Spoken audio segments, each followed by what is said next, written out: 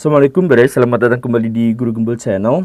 Tahukah Baraya bahwa nama Ibu Megawati sebenarnya bukan Soekarno Putri, tetapi Soekarna Putri. Dan bukan Soe, tetapi Su. Dan bukan Karno, tetapi Karna.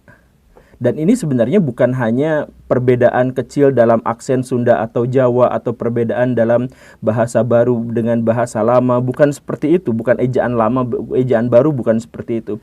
Tetapi ini memang adalah nama yang sudah disematkan. Jadi maksudnya sempat di zaman dulu ketika Pak Karno masih hidup, beliau juga menemukan ada seorang wartawan yang menulis Soekarno Putri dan Soekarno Putra. Itu langsung ditegur, hei wartawan-wartawan, jangan sampai bikin saya terpaksa bikin bubur merah sama bubur putih lagi gara-gara nama anak saya digonta-ganti. Nama anak saya itu adalah Soekarna Putri. Jadi sudah langsung ada teguran seperti itu. Bukan Soe tapi Su, bukan Karno tapi Karna. Kita tidak mendapatkan penjelasan lebih kenapa Bung Karno memaksakan nama Soekarna itu, tetapi yang lebih pentingnya lagi adalah kenapa Ibu Megawati justru memaksakan untuk mengganti namanya menjadi Soe Karno, walaupun itu tidak sesuai dengan amanah ayahnya. Nah, di sini kita akan berbicara bukan hanya soal nama, tetapi sesuatu yang lebih penting di balik itu, terkait dengan politik, budaya, bahkan agama. Yuk kita mulai.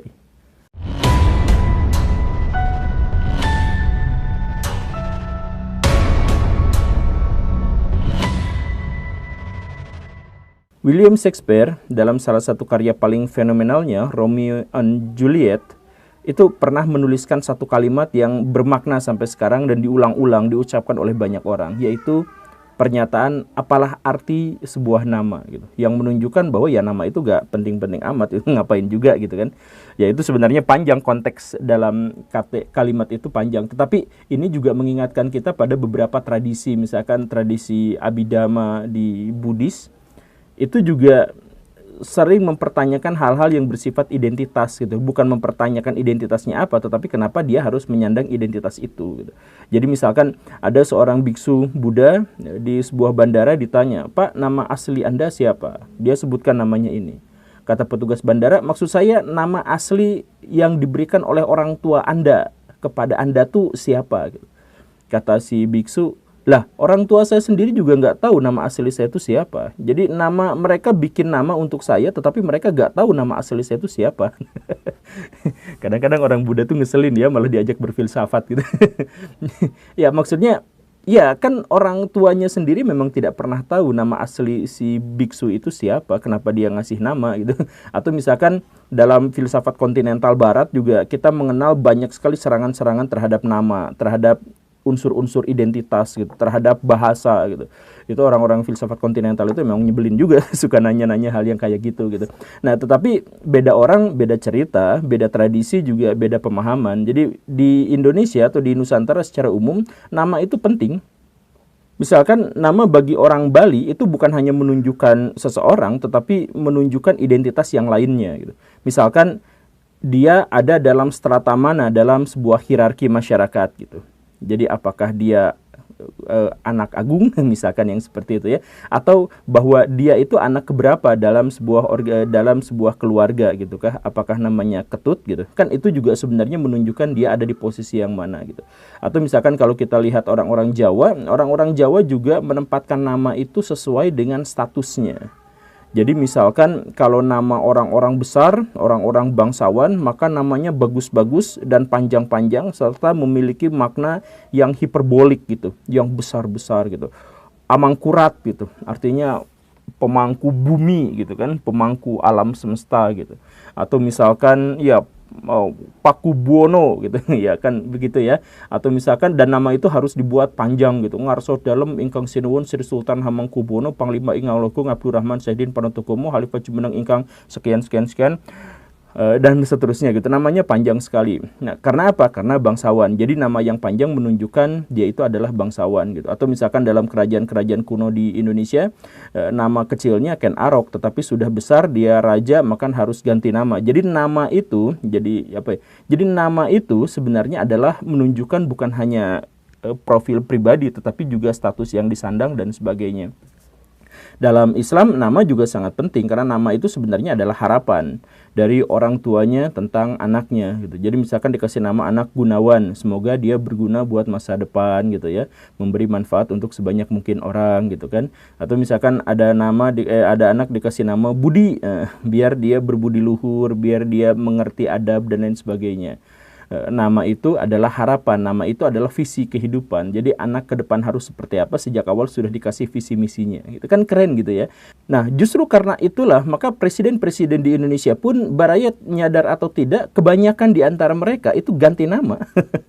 Misalkan kita mulai dari yang paling awal ya, Bung Karno. Nama asli Bung Karno itu siapa? Nah, nama asli itu nanti ditanyain lagi. Siapa yang tahu nama asli itu? Nama kecil Bung Karno itu sebenarnya Kusno. Tetapi karena beliau sakit-sakitan, gantilah nama menjadi Soekarno. Nah, ini penting. Ini nama berganti gara-gara apa? Gara-gara tidak sesuai dengan ramalannya. Jadi gini, nama Kusno itu sebenarnya adalah nama yang bagus, tetapi nama itu tidak layak untuk orang yang sangat besar di masa depan. Atau orang yang dilahirkan sebagai orang besar, itu nggak cocok, walaupun namanya bagus ya. Nah, karena apa? Karena cuma 2 suku kata, udah selesai sampai di situ. Nah, kalau misalkan ada orang Jawa, seperti yang dijelaskan tadi, kalau ada orang Jawa dan dia adalah orang besar, maka namanya harus panjang, harus hiperbolik, harus maknanya luas, dan sebagainya. Jadi nama satu kata Kusno gitu, itu kurang tepat gitu. Makanya sejak kecil Bung Karno itu sakit-sakitan. Sebelum akhirnya ganti nama, jadi Soekarno, nah sejak saat itu nggak sakit-sakitan gitu. Ini mau cocok logi, mau apa, tapi ini memang bagaimana cara kita menerjemahkan budaya masyarakat Jawa pada waktu itu gitu. Jadi dikasih nama Kusno tuh nggak mau, karena dia orang besar, setidaknya di masa depan. Makanya digantilah menjadi Soekarno. Soekarno itu besar karena apa? Diambil dari kata dua kata. Jadi yang pertama itu adalah Karna, Adipati Karna, di mana Adipati Karna itu adalah seorang raja yang sangat kuat, yang sangat besar, tetapi dia rela mengabdikan diri secara pribadi kepada seseorang demi prinsipnya, demi tanggung jawabnya, demi kesetiaannya. Jadi dia bisa mengalahkan Duryodhana, dia jauh lebih sakti, lebih kuat daripada Duryodhana, dia bisa menghancurkan Hastinapura dengan sangat mudah, tetapi karena dia merasa bahwa dirinya berhutang budi dan bahwa harga dirinya ditempatkan pada kesetiaan, maka dia tidak melakukan pemberontakan dan pengkhianatan. Bahkan ketika Duryodhana itu melakukan kejahatan, dia tahu itu jahat, tetapi itu dia pikir sebagai bagian dari konsekuensi. Nah, ini kan sebenarnya maknanya sangat luar biasa, dan karena walaupun dia baik tetapi berpihak pada yang jahat, maka ayahnya menambahkan di depannya itu Su. Su itu artinya baik. Jadi Karna yang baik. Jadi Adipati Karna yang berpihak pada kebaikan gitu. Jadi ini Karna itu kan sudah nama raja. Nah, jadi ini cocok, tidak sakit-sakitan lagi Bung Karno sejak kecil, dan sejak saat itu Bung Karno memang sudah cocok dengan nama Soekarno itu. Nah, bagaimana dengan presiden kedua kita, Pak Harto atau Soeharto? Baraya sadar gak bahwa Pak Harto itu sempat ganti nama? Nah, tapi gini, nama kecil Pak Harto itu memang sejak kecil namanya sudah Soeharto. Soeharto itu artinya apa? Harta yang baik, atau orang yang memiliki harta yang baik. Kenapa seperti itu? Ya karena keluarganya sebenarnya hidup dalam kemiskinan, dan karena itu berharap tentu saja bahwa si anaknya itu akan bergelimang harta atau kemakmuran. Tetapi ditambah Su di depannya menunjukkan bahwa dia adalah tetap orang yang baik, walaupun kaya raya tajir melintir gitu kan. Nah, jadi nama Soeharto itu bertahanlah dari situ. Nah, tetapi nama Soeharto itu sebenarnya juga adalah nama yang terlalu Jawa dan memang mengandung tradisi-tradisi Jawa. Dan Pak Harto itu, Baraya mungkin sadar atau tidak, ternyata beliau itu mu'alaf. Jadi maksudnya gini Baraya, sejak beliau menjabat sampai tahun 1991, Pak Harto itu tidak pernah sholat, tidak pernah melakukan ritual-ritual keagamaan, dan bahkan cenderung tidak suka pada simbol-simbol atau sesuatu yang dikaitkan dengan Islam. Jadi ketika ada yang ngomong insya Allah, Pak Harto itu langsung negur, ngapain harus dengan kata-kata seperti itu. Sebutan Assalamualaikum Pak Harto itu kalau bukan gara-gara sesuatu yang sangat penting, beliau nggak mau mengungkapkan itu. Bahkan beliau misalkan anti terhadap hijab atau jilbab. Perempuan itu tidak boleh berjilbab di masa kekuasaannya gitu. Kemudian tradisi-tradisi Islam semuanya dibatasi. Bahkan partai-partai Islam ketika suaranya naik sedikit itu langsung disusupi oleh intel, sebisa mungkin dipecah belah, dihancurkan. Karena beliau itu memang sejak lama sudah mengatakan bahwa saya itu abangan dalam artian bahwa dia itu bukan pengamal ajaran Islam, tetapi tradisi leluhur. Jadi dia punya banyak dukun, dia punya apa dan sebagainya. Nah, tetapi di tahun 91 beliau tuh entah bagaimana mulai mengubah sikapnya terhadap Islam. Jadi beliau tuh naik haji tahun 91, kemudian dapat pencerahan nggak tahu apa, hajinya mabrur gitu, sehingga ditawarin nama, akhirnya dia ganti nama menjadi Haji Muhammad Soeharto. Jadi sejak saat itu dia selalu nyandang HM Soeharto. Di mana-mana dia langsung mencantumkan HM Soeharto. Dan bukan hanya nama itu, tetapi beliau menjadi melonggarkan tradisi hijab. Silahkan perempuan yang mau berjilbab di sekolah pun tidak apa-apa, jadi PNS tidak apa-apa, misalkan begitu. Kemudian mendukung ICMI, Ikatan Cendekiawan Muslim Indonesia. Nah, itu yang pada waktu itu ketuanya adalah Pak Habibie. Nah, itu kan berarti dia tuh jadi pro terhadap Islam. Kemudian beliau juga bahkan menjadi salah satu orang yang paling berjasa dalam meletakkan ekonomi syariah dengan mendirikan Bank Muamalah, atau menjadi bagian dari orang yang mendirikan Bank Muamalah. Itu Pak Harto seperti itu. Nah, jadi ketika Pak Harto ganti nama itu sebenarnya menunjukkan identitas yang benar-benar sepenuhnya berubah gitu. Bahwa dirinya adalah seorang muslim, bahkan taat. Jadi di akhir masa pemerintahan itu, beliau sempat berdebat dengan Pak Habibie dan beliau itu mengatakan bahwa Pak Habibie, Anda tuh soleh, sholat 5 waktu sehari. Saya juga sholat 5 waktu sehari. Nah, kutipan itu menunjukkan bahwa beliau tuh sudah benar-benar taat gitu. Di episode yang lampau saya jelaskan bahwa inilah alasan kenapa Kanjeng Nyi Roro Kidul tidak lagi setia pada Pak Harto gitu. Ya, tetapi apapun itu, ketika Pak Harto ganti nama menjadi Haji Muhammad Soeharto, itu sebenarnya bukan hanya ganti nama seperti yang tadi itu, tetapi bahwa kecenderungan politik beliau, kebijakan-kebijakan beliau, sikap pribadi beliau itu sepenuhnya berbeda. Ganti nama itu menunjukkan bahwa secara serius beliau memang mendalami dan mencoba untuk mengamalkan ajaran Islam. Walaupun ya belum selesai gitu ya, karena korupsi. Kita lanjut ke, kalau Habibie kita lewat saja, kenapa Habibie itu tidak ganti nama. Yang ganti nama itu adalah Gus Dur. Nah, Gus Dur itu penting juga dalam memahami tradisi Jawa gitu. Jadi nama Gus Dur itu, nama aslinya, nama lahirnya itu adalah Abdurrahman Al-Dakhil. Diambil dari salah seorang khalifah dinasti Fatimiyah, dinasti Umayyah di Cordova yang paling besar, yang paling terkenal, dan jalan hidupnya itu benar-benar inspiratif gitu. Al-Dakhil itu, sang penakluk itu. Nah, namanya itu adalah Abdurrahman Al-Dakhil, tetapi karena orang Jawa susah mengejanya, ya sebagian orang Jawa itu kan menyebut Al-Fatihah aja Al-Fatihah gitu. Abdurrahman Ngabdurrahman gitu. Nah, jadi nama Al-Dakhil itu benar-benar susah dieja oleh orang-orang Jawa pada waktu itu, dan itu bisa mengancam. Jadi ada perpecahan antara nama Arab dengan nama Jawa, itu kan jadi agak bingung gitu. Nah, akhirnya diganti saja sama ayahnya, Ad-Dakhil itu diganti menjadi Abdurrahman Wahid. Wahid itu nama yang sangat enak untuk lidah orang Jawa. Nah, jadi pergantian nama ini menunjukkan apa? Menunjukkan upaya rekonsiliasi antara Islam dengan Arab, antara Jawa dengan Arab gitu. Jadi orang tuanya berusaha untuk mengait-ngaitkan, tetap tidak lepas antara tradisi Jawa dengan tradisi Islam, dan ini melekat sampai Gus Dur di akhir hayatnya. Beliau itu adalah orang yang berusaha untuk mengkompromikan atau bahkan menyeimbangkan dan menyatukan antara ajaran-ajaran luhur Islam dengan tradisi-tradisi Jawa gitu. Dan begitu. Nah, tetapi nama itu juga tidak terlalu populer karena pada akhirnya namanya jadi Gus Dur. Nah, Gus Dur itu juga sebenarnya adalah semacam upaya untuk mensinkronkan antara tradisi Jawa dengan tradisi Islam. Jadi nama Gus itu singkatan dari bagus atau cah bagus. Jadi cah bagus itu adalah sebutan untuk anak-anak kiai, untuk orang-orang terpandang gitu, dipanggilnya Gus gitu. Nah, dari singkatan dari bagus itu Dur Abdurrahman. Sebenarnya nama Abdurrahman itu kan jangan dipotong. Kalau misalkan Durnya aja kan berarti artinya ba gitu. Kan hamba gitu jadi ba gitu.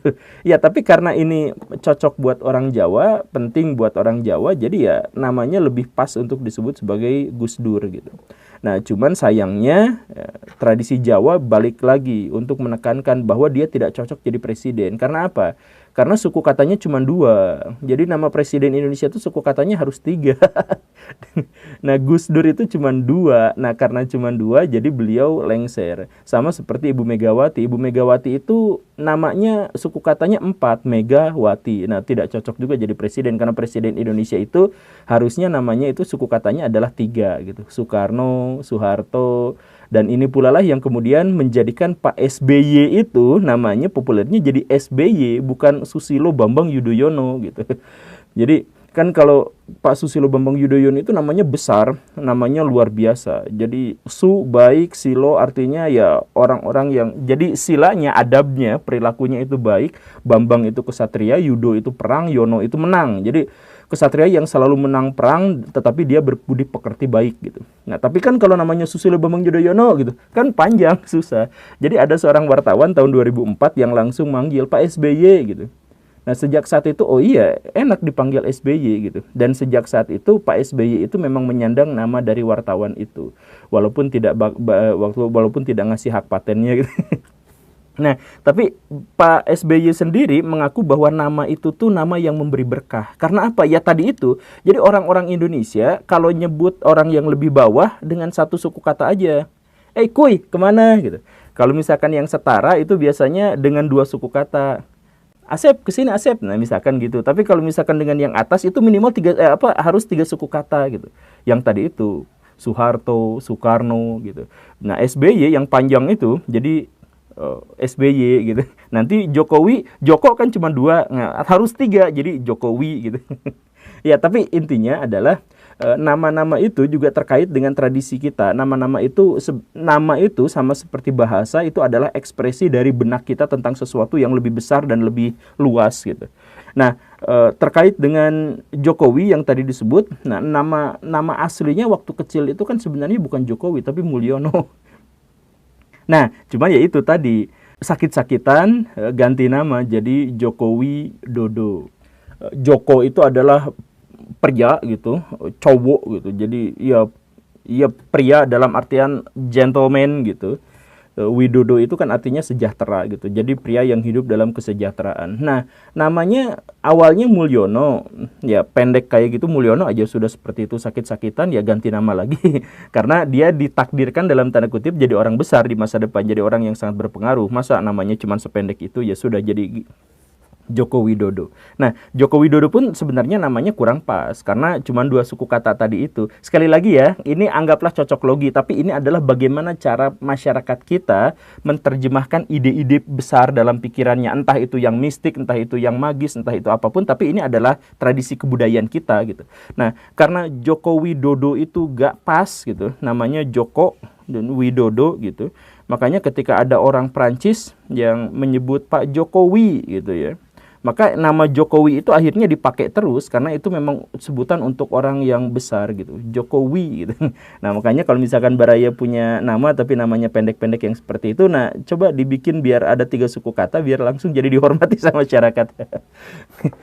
Jadi hati-hati dengan memberi nama karena bisa saja itu akan terjadi. Terima kasih karena sudah menyimak. Saya Guru Gembul. Gembul. Itu nama Gembul. Assalamualaikum warahmatullahi wabarakatuh.